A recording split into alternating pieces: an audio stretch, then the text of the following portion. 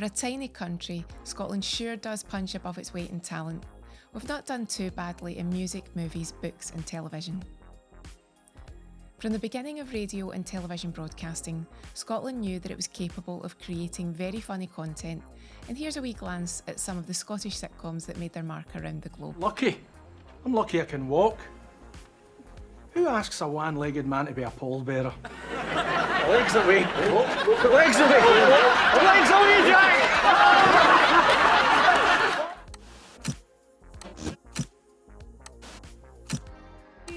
From what I can gather, there doesn't seem to be a definite answer to the question, what was the first Scottish sitcom?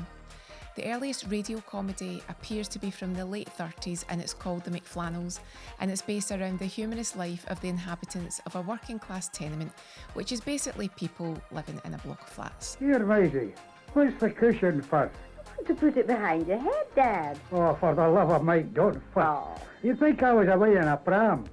Would you not like to give me a sook or a feeding bottle? I just wanted to let you know I was glad you were better again. Oh, my goodness. I was only off my work a couple of days, no a couple of years. When I searched for the first Scottish television sitcom, I found lots of conflicting information, and it appears to be a programme from the early 60s called The Scot On, and it's more of a comedy sketch show than a sitcom and featured very popular stars of the time, making a mark for Scottish humour and paving the way for future Scottish comedy talent. Special mention must go to Stanley Baxter, the iconic Scottish actor who became a superstar in the 1960s and 70s due to his ability to mimic both the male and female stars of the day in the most fabulous and often glamorous fashion. His regular 1960s sketch segment Parliamo Glasgow mimicked the popular BBC language programme Parliamo Italiano, but instead of teaching the learners basic Italian, Stanley helped you to learn the extremely confusing language that I've been fortunate to understand since birth, Glaswegian. Oh, so 'tis. That's some bahookie you've won you. It's not as big as your head. Hands off the melons. I never laid a finger on you. Hey, is that a Mara in the bar, Clara? It's not a Tamara. A Tamara's tumultuara bara. I think I'll buy a Mara for my father. Me a father bought a Mara for a father. Shoot a question. What's your father want with a Mara off a bara?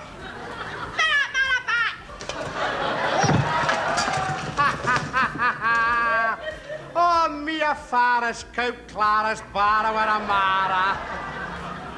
Let us tell you now about some of the words and phrases that we have used. The young man, or fly fella, as he is usually called in our language, betrays some concern about the young lady with whom he has been strolling. He inquires solicitously, What the hell's the Mara? what exactly is incommoding you? Note carefully the key word helza. This we are apt to use at social functions, thus. When the hell's a party starting?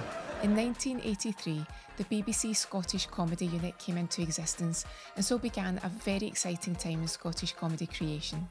One of the successes was City Lights, a very funny tale centred around Willie Melvin, a bank worker by day with the dream of becoming a successful writer, the issue being whether he was actually any good. One description that made me chuckle was the comedy style being wry and often focused on themes of grasping defeat from the jaws of victory. How very Scottish.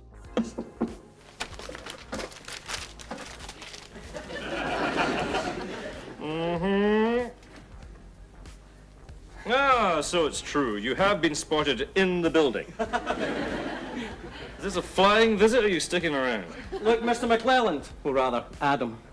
I noticed about this morning, and I've only got one thing to say. I'm really awful sorry about it. I was in the house all ready to leave, and I get this piece of just terrible news. Somebody told you what time we actually start work here. Famous faces you'll see in City Lights who cross over into other hugely successful sitcoms include the pure dead brilliant Elaine C. Smith, bank boss Mr. McClelland, played by Dave Anderson, and Willie's work colleague and friend Brian, played by Jonathan Watson, who you'll recognise from Two Doors Down and Only an Excuse if you know your Scottish telly. Bad, eh? 1 cheque for £35, 1 letter of acceptance. The editor said it was exceptional. No, he said he's never read anything like it in his life. Characters who many still reference to this day include dim-witted softy Big Tam, played by Ian McCall, who was also in Rab C, Nesbitt, and Fly Guy Chancellor, played by Andy Gray, both much missed.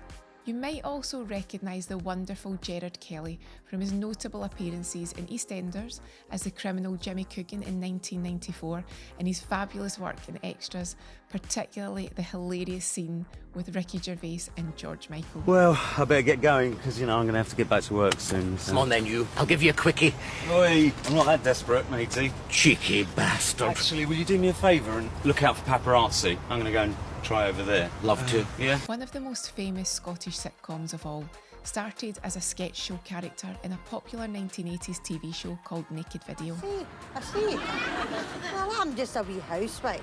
No, I don't have the big career or the fancy talk or nothing like that, so I wouldn't even attempt to argue with you. Good. No, instead, I'll get right down to it and give you the severe malking. Scottish icons such as Dorothy Paul and Ricky Fulton also make appearances, and if you aren't familiar with their work, search them out as you're in for a treat. For many, Ricky's annual New Year special, Scotch and Rye, gave them all the laughs they needed for the festive season, and you only have to say the Reverend I Am Jolly or Super Cop to have Scottish folks laughing. Well, so you're in the police, eh? I'm in the police. I've got myself in the police, eh? That's why I'm wearing the uniform. Well, listen, Andy. For the sake of all these good times we used to have, are you going to let me have with this ticket, eh? No. When you read a description of the show, it doesn't sound like a funny premise, but I think the humour comes from the relatability. Most people understand the fight against the system, feeling like the underdog, and those humorous little wins when the chips are down. Iconic characters include Rab's wife Mary Doll, played to perfection by Elaine C. Smith, his friend James A. Cotter, played by the brilliant Tony Roper, who also wrote the great play The Steamie, Ella, who's James's wife and Mary's friend, plus their kids, Gash and wee Barney. What else, son? You all right then, aye? Hi, in the pink yourself. No bad, no bad. Yeah, the door was off its hinges, so I let myself in. I feel fine. Hey, come on, mate. I must admit it couldn't sound more Glaswegian if you tried, and add to that, Rab always had a daily record under his arm and a string vest and suit jacket combo. You'll be bemused the first time you tune in, but very quickly you can adapt to the world of Rab C. Nesbitt and his quest to be, and I'm quoting, the street philosopher who is proudly unemployed and strives to make it to the pub every day to put the world to rights with his like-minded pals. Fans refer to The High Life as a Scottish sitcom so brilliantly bizarre and outrageously camp that they still pine for it due to how it disappeared from our screens almost as quickly as it took off. Do you like the airline pun? Wee peas are a sprightly for their age, aren't they? Well, all old people look younger these days, Steve. Morning. Morning. It's the preservatives they put into crisps. Really? The High Life was created by Alan Cumming and Forbes Mason and considered a 90s gem. It follows the chaotic lives of Air Scotia's finest cabin crew operating from their Prestwick Airport base. At the heart of the crew we've got Sebastian, played by Alan, and Steve, played by Forbes. Sebastian is flamboyantly narcissistic, theatrical, and obsessed with melodrama, whereas Steve is always trying to fix their disastrous schemes, charm the ladies, and maintain warm relations with the chief stewardess, Shona Spurtle, who's played by Siobhan Redmond. When it comes to shove, you let the chance of rumpy pumpy pass you by. No talking on parade! And lights up the aisles, 2, 3, and light. Shona is a tough cookie and has to keep the boys under control by any means possible, especially when they all have to contend with the delightfully unhinged Captain Hilary Duff, played by Patrick Ryckart. But can I be blunt? If I could be Philby. And I could be Burgess. Oh, dearie me! Shut it! It's recently been repeated on the BBC to celebrate its 30th anniversary. And although it was only a single series, it's remained a must-watch and has gained cult classic status, not only for its funny off-the-wall humour, but also its very entertaining musical opening and closing credits. If we're feeling kind of tedious in life, it's seriously mediocre. It's a fun show and you don't see many clips online, so the fact that they're bringing it to the stage next year is really exciting, and I'm sure there'll be lots of eager fans from all over the world booking their tickets to see the high life in real life. And this book's going to lessen your dilemma. What is it? It's the new Scottish positive thinking Bible.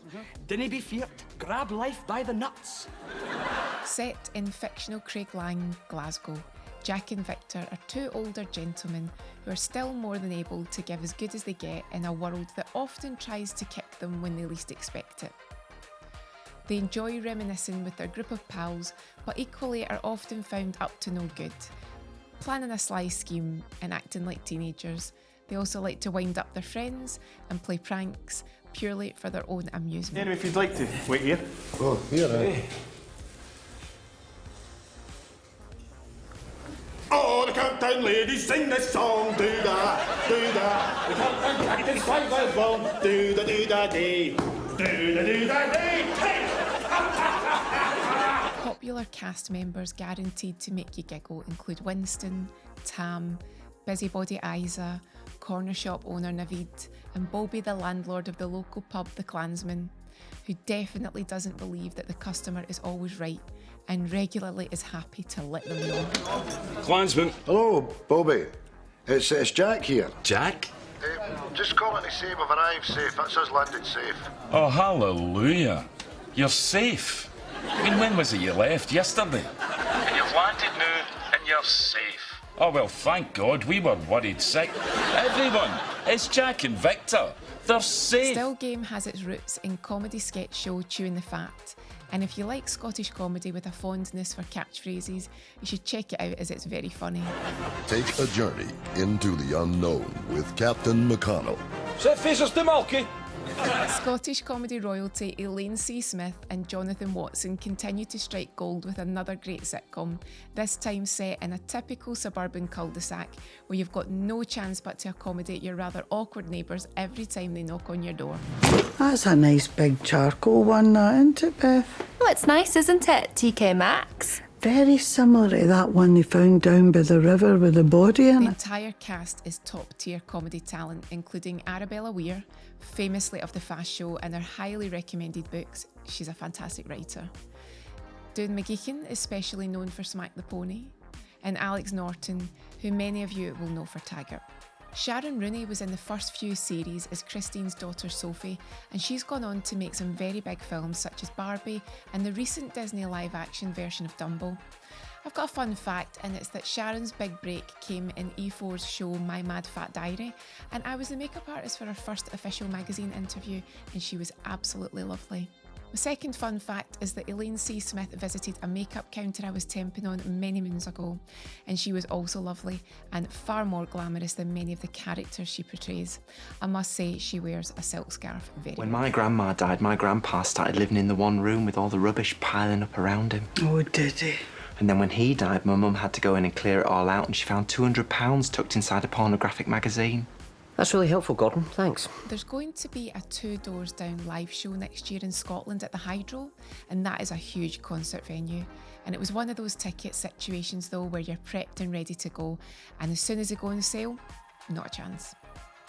Here's hoping they show the live version on TV at some point in the future, because they have done that with previous shows. So this is just a little selection of some of the funniest Scottish sitcoms from across the decades. And needless to say, there are so many more to choose from, and that's up to you. What would you say has been a great Scottish comedy that's made the world laugh?